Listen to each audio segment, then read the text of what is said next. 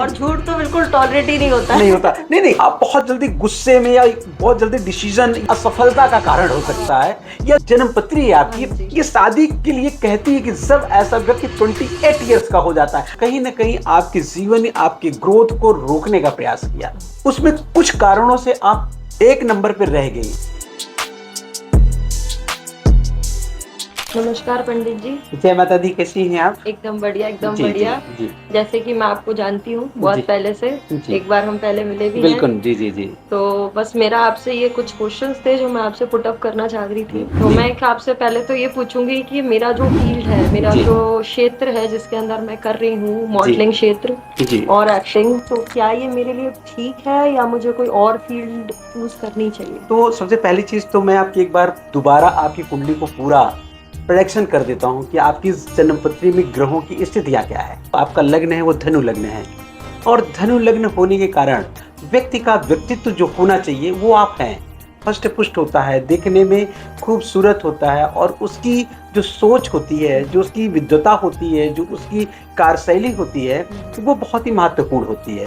तो नेचुरल आपकी ज़िंदगी में मैं जो पहले से देखता चला आ रहा हूँ, वो आपकी लाइफ में, आपके एजुकेशन को ले लीजिए, आपके धर्म को क्षेत्र के ले लीजिए, आपके कार्य क्षेत्र को ले लीजिए, वो कहीं ना कहीं आपका पूरा दिख रहा है। इसके साथ साथ जो मैं अन्य चीज़ें देख रहा हूँ, जैसे कि आपका वीनस, क्योंकि आप जो प्रोफेशन में हैं, जैसे कि आपने 2021 मिस इंडिया का जो प्रदर्शन हुआ, उसमें कुछ कारणों से आप एक नंबर पर रह गई।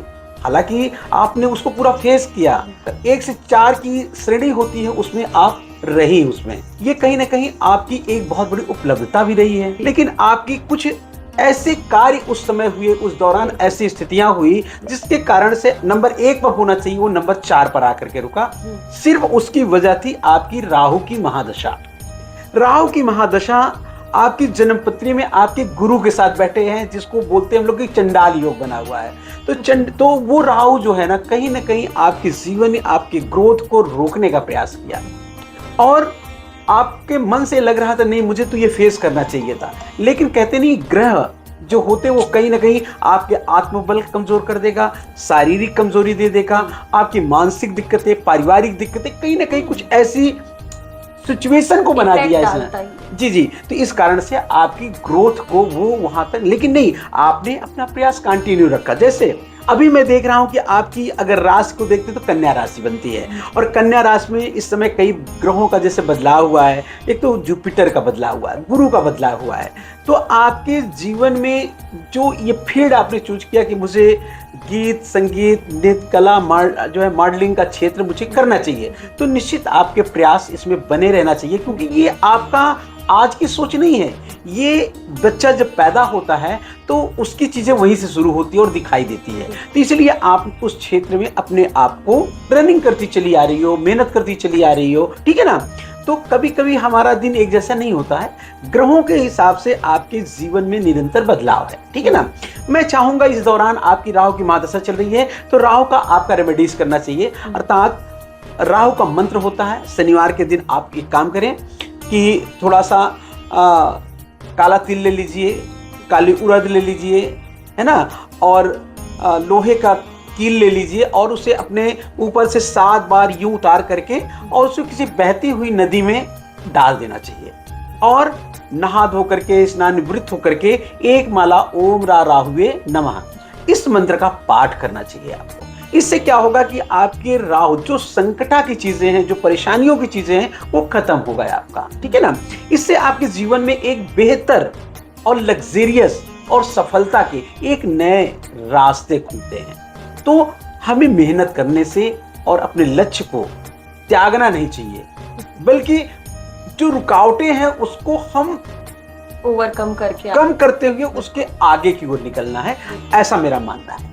तो आपकी जन्मपत्री पर आपका वीनस अर्थात शुक्र जो है वो 10वें से चंद्रमा के साथ बैठे हुए हैं, तो इसलिए आपका आत्मिक शक्ति जो है ना मजबूत है। तो किसी कहने पर मत आइए कि आप अपना एक्टिंग का क्षेत्र या मॉडलिंग का क्षेत्र छोड़, बट इसमें आपको और तेजी से फोर्स आगे बढ़ना है।